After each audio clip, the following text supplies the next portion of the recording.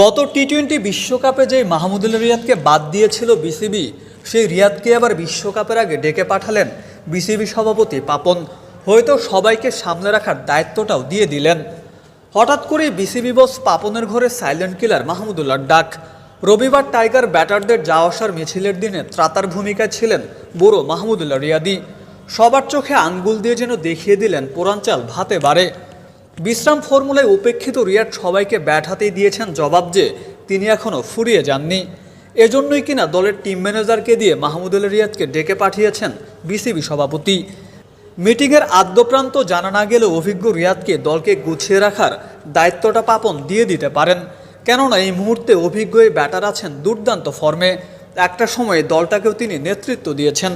তাই তো ইনফর্ম রিয়াদের হাতে গোটা দলটাকে গুছিয়ে রাখার দায়িত্বটা দিলেন নাজমুল হাসান পাপন।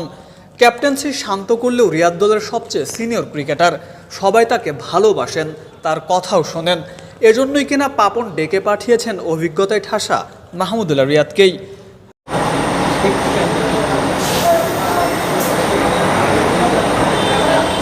আরেক দফায় অবশ্য হেড কোচ চান্ডিকা হাথুরুসিংহে ও ক্যাপ্টেন নাজমুল শান্তর সাথে বসেছিলেন পাপন। আলোচনা হয়েছে হয়তো অনেক কিছু নিয়েই। বিসিবির সভাপতির সাথে বৈঠক শেষে মিরপুর ছাড়ার সময় খোদ এক ভক্তের আবদার মেটালেন রিয়াদ। সেই সাথে ধন্যবাদ দিতেও ভুল করলেন না।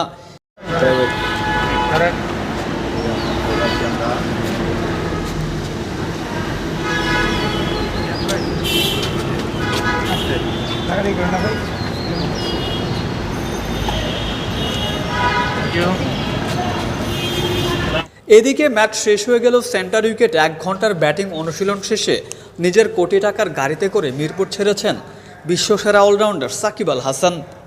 Mirpur Sherebangla national cricket stadium থেকে মোকাদ্দেস হোসেন, ডেইলি ক্রিকেট।